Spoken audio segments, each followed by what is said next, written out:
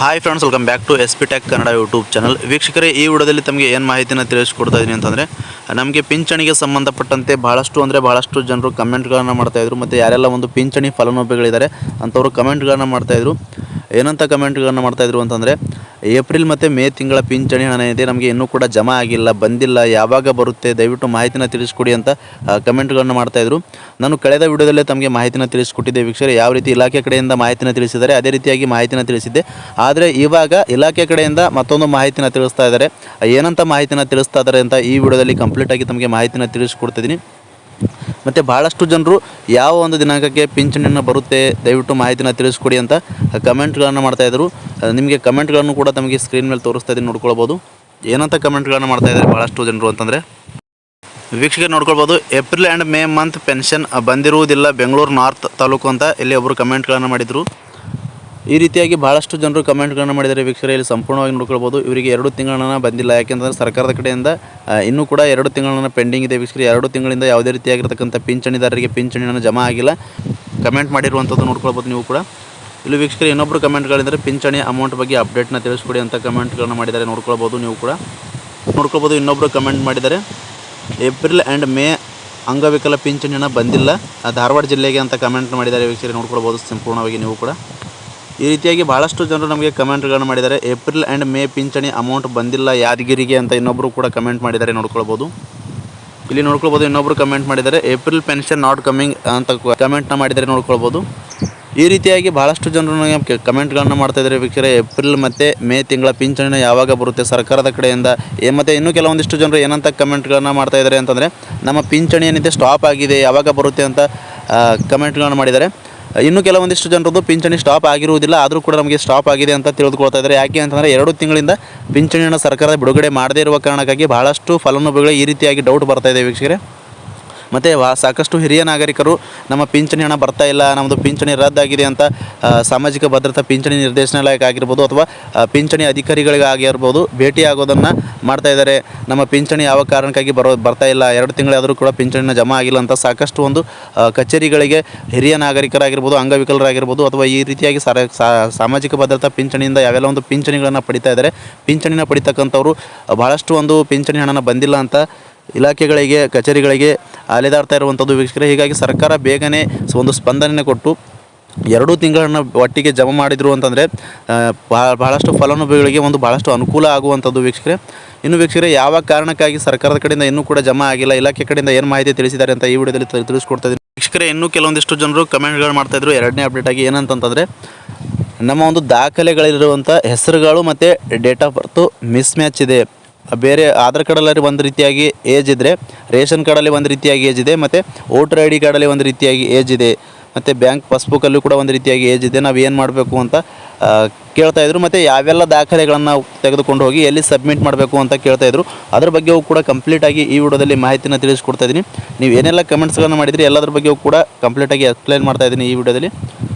ಅದಕ್ಕೋಸ್ಕರ ಮಿಸ್ ಮಾಡದೆ ಈ ಒಂದು ವಿಡಿಯೋನ ಕಡೆ ತನಕ ವಾಚ್ ಮಾಡಿ ಎಲ್ಲರೂ ಕೂಡ ಅಂತ ಹೇಳ್ತಾ, ಇನ್ನೂ ಯಾರು ವೀಡಿಯೋಗೆ ಲೈಕ್ ಮಾಡಿಲ್ಲ ಅಂತಂದರೆ ವಿಡಿಯೋ ನೋಡುವಂಥ ಪ್ರತಿಯೊಬ್ಬರು ಕೂಡ ತಪ್ಪದೆ ವಿಡಿಯೋಗೆ ಲೈಕ್ ಮಾಡಿದ ತಕ್ಷಣ ಹೈಪನ್ನೋ ಆಪ್ಷನ್ ಕೂಡ ಬರುತ್ತೆ, ಅದನ್ನು ಕೂಡ ಕ್ಲಿಕ್ ಮಾಡಿ. ಮತ್ತು ಇನ್ನೂ ಯಾರು ನಮ್ಮೊಂದು ಯೂಟ್ಯೂಬ್ ಚಾನಲ್ ಸಬ್ಸ್ಕ್ರೈಬ್ ಆಗಿಲ್ಲ ಅಥವಾ ಹೊಸದಾಗಿ ಯಾರಾದರೂ ನಮ್ಮದು ಯೂಟ್ಯೂಬ್ ಚಾನಲ್ ನೋಡ್ತಾ ಇದ್ರಿ ಅಂತಂದರೆ ಈ ರೀತಿಯಾಗಿ ಸಬ್ಸ್ಕ್ರೈಬ್ ಅನ್ನೋ ಆಪ್ಷನ್ ಇರುತ್ತೆ, ಇಲ್ಲಿ ಸ್ಕ್ರೀನ್ ಮೇಲೆ ನೋಡ್ಕೊಳ್ಬೋದು. ಸಬ್ಸ್ಕ್ರೈಬ್ ಆಪ್ಷನ್ ಮೇಲೆ ಕ್ಲಿಕ್ ಮಾಡಿ.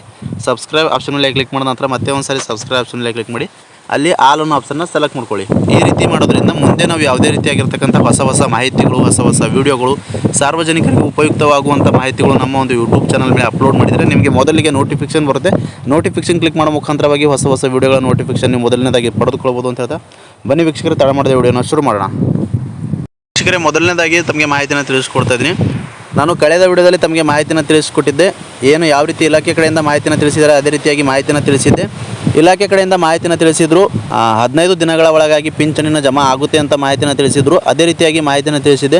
ಆದರೆ ಇವಾಗ ಹೇಳ್ತಾ ಇರುವಂಥ ಮಾಹಿತಿ ಪ್ರಕಾರ ಇನ್ನೂ ವೀಕ್ಷಕರೇ, ಇಲಾಖೆ ಕಡೆಯಿಂದನೇ ಮಾಹಿತಿನ ತಿಳಿಸಿದರು, 15 ದಿನಗಳ ಒಳಗಾಗಿ ಹಣನ ಜಮಾ ಆಗುತ್ತೆ ಪಿಂಚಣಿನ ಅಂತ ಮಾಹಿತಿನ ತಿಳಿಸಿದರು. ಅದರಂತೆ ತಮಗೆ ಮಾಹಿತಿನ ತಿಳಿಸಿದೆ. ಆದರೆ ಇಲಾಖೆ ಕಡೆಯಿಂದ ಮತ್ತೆ ನಾವು ಇಲಾಖೆಗೆ ಸಂಪರ್ಕ ಮಾಡಿ ಇಲಾಖೆ ಕಡೆಯಿಂದ ಮಾಹಿತಿನ ತೆಗೆದುಕೊಂಡಾಗ ಇಲಾಖೆ ಕಡೆಯಿಂದ ಬಂದಿರುವಂಥ ಮಾಹಿತಿ ಏನಂತಂದರೆ ವೀಕ್ಷಕರೇ, ಇನ್ನೂ ಕೂಡ ಈ ಒಂದು ಮಂತ್ ಎಂಡ್ ಒಳಗಾಗಿ ತಮಗೆ ಹಣನ ಜಮಾ ಆಗುತ್ತೆ ಅಂತ ಮಾಹಿತಿನ ತಿಳಿಸ್ತಾ ಇರುವಂಥದ್ದು.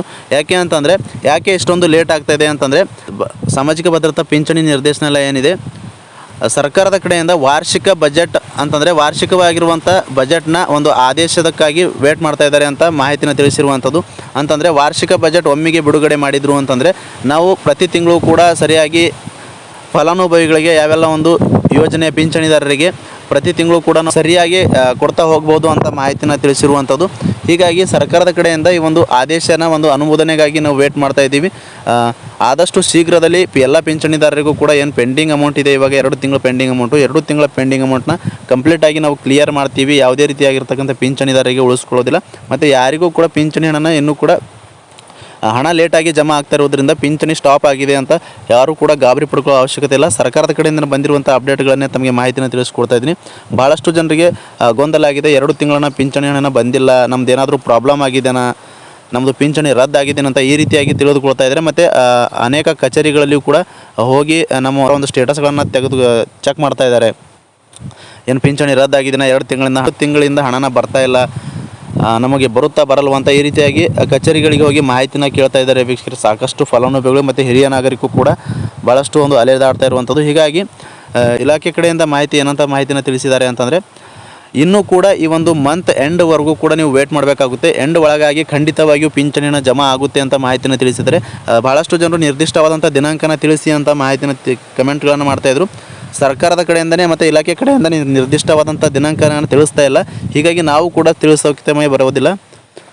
ಸರ್ಕಾರದ ಕಡೆಯಿಂದ ಮತ್ತು ಇಲಾಖೆ ಕಡೆಯಿಂದ ನಿರ್ದಿಷ್ಟವಾದಂಥ ದಿನಾಂಕನ ತಿಳಿಸಿದ್ರು, ಸ್ಪಷ್ಟಪಡಿಸಿದ್ರು ಅಂತಂದರೆ ಇಂತಹ ದಿನಾಂಕನೇ ತಮಗೆ ಹಣನ ಜಮಾ ಆಗುತ್ತೆ ಅಂತ ನಾವು ಕೂಡ ಕ್ಲಿಯರಿಟಿನ ಕೊಡಬಹುದು. ಹೀಗಾಗಿ ಇಲಾಖೆ ಕಡೆಯಿಂದನೇ ಸರಿಯಾಗಿ ಮಾಹಿತಿನ ದಿನಾಂಕನ ಸ್ಪಷ್ಟಪಡಿಸ್ತಾ ಇಲ್ಲ. ಹೀಗಾಗಿ ಈ ಒಂದು ಮಂತ್ ಎಂಡ್ ಒಳಗಾಗಿ ಬರುತ್ತೆ ಅಂತ ಇಲಾಖೆ ಕಡೆಯಿಂದನೇ ಮಾಹಿತಿನ ತಿಳಿಸಿದ್ದಾರೆ. ಅದೇ ರೀತಿಯಾಗಿರ್ತಕ್ಕಂಥ ಅಪ್ಡೇಟ್ನ ತಮಗೆ ತಿಳಿಸ್ಕೊಡ್ತಾ ಇದ್ದೀನಿ ವೀಕ್ಷಕರೇ. ಸರ್ಕಾರದ ಕಡೆಯಿಂದ ಈ ಒಂದು ವಾರ್ಷಿಕ ಬಜೆಟ್ ಒಮ್ಮೆಗೆ ಬಿಡುಗಡೆ ಮಾಡ್ತಾರಂತ ವೇಟ್ ಮಾಡ್ತಾ ಇದ್ದಾರೆ ಅಂತ ಇಲಾಖೆ ಕಡೆಯಿಂದನೇ ಮಾಹಿತಿಯನ್ನು ತಿಳಿಸಿರುವಂಥದ್ದು. ಹೀಗಾಗಿ ಈ ಒಂದು ಫೈನಾನ್ಷಿಯಲ್ ಇಯರ್ ಸ್ಟಾರ್ಟ್ ಆಗಿರುವುದರಿಂದ ಈ ವರ್ಷದ ಪೂರ್ತಿ ಬಜೆಟ್ ಯಾವೆಲ್ಲ ಒಂದು ಪಿಂಚಣಿ ಯೋಜನೆಗಳಿಗೆ ಎಷ್ಟೆಷ್ಟು ಪಿಂಚಣಿನ ಬಿಡುಗಡೆ ಮಾಡಬೇಕು ವಾರ್ಷಿಕವಾಗಿ ಅಂತ ಈ ಒಂದು ಪ್ರೋಸೆಸ್ ನಡೀತಾ ಇದೆ ಅಂತ ಮಾಹಿತಿನ ತಿಳಿಸಿರುವಂಥದ್ದು. ಹೀಗಾಗಿ ವೀಕ್ಷಕರೇ ವೇಟ್ ಮಾಡಿ. ಈ ಒಂದು ಮಂತ್ ಎಂಡ್ ಒಳಗಾಗಿ ತಮಗೆ 2 ತಿಂಗಳ ಹಣ ಪೆಂಡಿಂಗ್ ಇರುವಂಥದ್ದು ಕ್ಲಿಯರ್ ಆಗುತ್ತೆ ಅಂತ ಮಾಹಿತಿಯನ್ನು ತಿಳಿಸಿರ್ತಕ್ಕಂಥ ಅಪ್ಡೇಟ್ ಅಂತ ತಮಗೆ ತಿಳಿಸ್ಕೊಡ್ತೀನಿ. ಮತ್ತು ವೀಕ್ಷಕರು ಇನ್ನೂ ಕೆಲವೊಂದಿಷ್ಟು ಜನರು ಕಮೆಂಟ್ಗಳನ್ನು ಮಾಡ್ತಾಯಿದ್ರು, ನಮ್ಮ ಒಂದು ಪಿಂಚಣಿ ಏನಿದೆ ಹೆಸರುಗಳಾಗಿರ್ಬೋದು, ಏಜ್ಗಳಾಗಿರ್ಬೋದು ಮಿಸ್ ಮ್ಯಾಚ್ ಇದೆ, ನಾವು ಎಲ್ಲಿ ಹೋಗಿ ನಮ್ಮ ದಾಖಲೆಗಳನ್ನು ಸರಿಯಾಗಿ ಮತ್ತು ಎಲ್ಲಿ ಸಬ್ಮಿಟ್ ಮಾಡಬೇಕು, ಮತ್ತು ಎಲ್ಲ ದಾಖಲೆಗಳಲ್ಲಿ ಒಂದೇ ರೀತಿಯಾಗಿ ಯಾವ ರೀತಿಯಾಗಿ ನಾವು ಏಜ್ ಆಗಿರ್ಬೋದು, ಹೆಸರಾಗಿರ್ಬೋದು ಮಾಡ್ಕೊಳ್ಬೋದು ಅಂತ ಕೇಳ್ತಾಯಿದ್ರು. ಇದ್ರ ಬಗ್ಗೆ ತಮಗೆ ಮಾಹಿತಿನ ತಿಳಿಸೋದಾದರೆ, ಮೊದಲನೇದಾಗಿ ನಿಮ್ಮ ಒಂದು ಆಧಾರ್ ಕಾರ್ಡಲ್ಲಿರುವಂಥ ಯಾವ ರೀತಿಯಾಗಿ ಹೆಸರು ಇರುತ್ತೆ ಅದೇ ರೀತಿಯಾಗಿ ನಿಮ್ಮ ಒಂದು ಬ್ಯಾಂಕ್ ಅಕೌಂಟಲ್ಲಿಯೂ ಕೂಡ ಅದೇ ರೀತಿಯಾಗಿ ಹೆಸರು ಮಾಡಬೇಕಾಗುತ್ತೆ. ಮತ್ತು ನಿಮ್ಮ ಒಂದು ಏಜ್ ಕೂಡ ಒಂದೇ ರೀತಿಯಾಗಿ ಮಾಡಿಸ್ಕೊಳ್ಬೇಕಾಗುತ್ತೆ. ಆಧಾರ್ ಕಾರ್ಡ್ನಲ್ಲಿ ಯಾವ ರೀತಿ ಇರುತ್ತೆ ಅದೇ ರೀತಿಯಾಗಿ ಮಾಡಿಸ್ಕೊಳ್ಬೇಕಾಗುತ್ತೆ. ಮತ್ತು ನಿಮ್ಮ ಒಂದು ವೋಟರ್ ಐ ಡಿ ಕಾರ್ಡಲ್ಲಿಯೂ ಕೂಡ ಅಪ್ಡೇಟ್ ಮಾಡ್ಕೊಳ್ಬೇಕಾಗುತ್ತೆ. ಮತ್ತು ನಿಮ್ಮೊಂದು ರೇಷನ್ ಕಾರ್ಡಲ್ಲಿಯೂ ಕೂಡ ಅಪ್ಡೇಟ್ ಮಾಡ್ಕೊಳ್ಬೇಕಾಗುತ್ತೆ.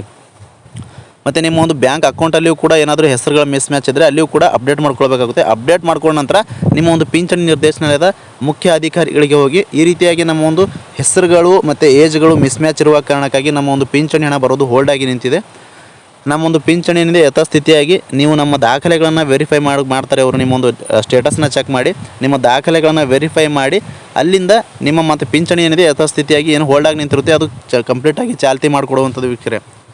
ನೀವು ತಹಸೀಲ್ ಆಫೀಸಲ್ಲಿ ಪಿಂಚಣಿ ಮುಖ್ಯ ಅಧಿಕಾರಿಗಳಿರ್ತಾರೆ, ಪಿಂಚಣಿಗೆ ಸಂಬಂಧಪಟ್ಟಂಥ ಅಧಿಕಾರಿಗಳಿರ್ತಾರೆ. ಆ ಅಧಿಕಾರಿಗಳಿಗೆ ಭೇಟಿಯಾದಾಗ ಅವರು ಸಂಪೂರ್ಣವಾಗಿ ತಮಗೆ ಮಾಹಿತಿನ ತಿಳಿಸ್ಕೊಡ್ತಾರೆ ಅಂತ ಹೇಳ್ತಾ, ಈ ರೀತಿಯಾಗಿ ನೀವು ಕೂಡ ನಿಮ್ಮೊಂದು ಪಿಂಚಣಿಯಲ್ಲಿರುವಂಥ ಏನಾದರೂ ಮಿಸ್ ಮ್ಯಾಚ್ ಹೆಸರುಗಳಾಗಿರ್ಬೋದು, ಈ ರೀತಿಯಾಗಿ ಏನಾದರೂ ಪ್ರಾಬ್ಲಮ್ ಇದ್ದರೆ ಸರಿಪಡಿಸ್ಕೊಳ್ಬೋದು ಅಂತ ಹೇಳ್ತಾ ವೀಕ್ಷಕರೇ. ಇಷ್ಟು ಪಿಂಚಣಿಗೆ ಸಂಬಂಧಪಟ್ಟಂತೆ ತಮಗೆ ಮಾಹಿತಿನ ಅಪ್ಡೇಟ್ ಇತ್ತು ವೀಕ್ಷಕರೇ. ಅಪ್ಡೇಟ್ನ ತಮಗೆ ತಿಳಿಸ್ಕೊಟ್ಟಿದ್ದೀನಿ. ಭಾಳಷ್ಟು ಜನರು ವೇಟ್ ಮಾಡ್ತಾಯಿದ್ರು, ಇವತ್ತು ಬರುತ್ತೆ ನಾಳೆ ಬರುತ್ತೆ ಅಂತ. ವೀಕ್ಷಕರೇ ಇಲಾಖೆ ಕಡೆಯಿಂದಲೇ ಸ್ಪಷ್ಟವಾಗಿ ಮಾಹಿತಿನ ತಿಳಿಸಿದರೆ ಈ ಮಂತ್ ಎಂಡ್ ಒಳಗಾಗಿ ತಮಗೆ ಕಂಪ್ಲೀಟಾಗಿ ಬರುತ್ತೆ ಅಂತ ಮಾಹಿತಿನ ತಿಳಿಸಿದರೆ ಯಾರಿಗೂ ಕೂಡ ಗಾಬರಿ ಪಡ್ಕೊಳ್ಳೋ ಅವಶ್ಯಕತೆ ಇಲ್ಲ. 2 ತಿಂಗಳ ಹಣ ಜಮಾ ಮಾಡ್ತೀವಿ ಅಂತ ಮಾಹಿತಿನ ತಿಳಿಸಿರ್ತಕ್ಕಂಥ ಅಪ್ಡೇಟ್ನ ತಮಗೆ ತಿಳಿಸ್ಕೊಟ್ಟಿದ್ದೀನಿ. ಮತ್ತೇನಾದರೂ ಡೌಟ್ಸ್ ಇದ್ದರೂ ಕೂಡ ಕಮೆಂಟ್ ಬಾಕ್ಸಲ್ಲಿ ಕಮೆಂಟ್ ಮಾಡಿ. ಅಂತಹ ಕಮೆಂಟ್ಗಳನ್ನ ಆದಷ್ಟು ರಿಪ್ಲೈ ಮಾಡೋದಕ್ಕೆ ಪ್ರಯತ್ನ ಮಾಡ್ತೀನಿ ಅಂತ ಹೇಳ್ತಾ, ಫ್ರಮ್ ಬಿಗಿನಿಂಗಿಂದ ಎಂಡ್ವರೆಗೂ ಈ ಒಂದು ವಿಡಿಯೋನ ಮಿಸ್ ಮಾಡದೆ ಕಡೆ ತನಕ ವಾಚ್ ಮಾಡಿದಂಥ ಪ್ರತಿಯೊಬ್ಬರಿಗೂ ಕೂಡ ಹೃದಯಪೂರ್ವಕ ಧನ್ಯವಾದಗಳು ಸ್ನೇಹಿತರೆ. ಮತ್ತೆ ಇದೇ ರೀತಿಯಾಗಿರ್ತಕ್ಕಂಥ ಮಾಹಿತಿಯೊಂದಿಗೆ ಭೇಟಿಯಾಗ್ತಿರೋಣ. ಅಲ್ಲಿವರೆಗೂ ನಮಸ್ಕಾರ.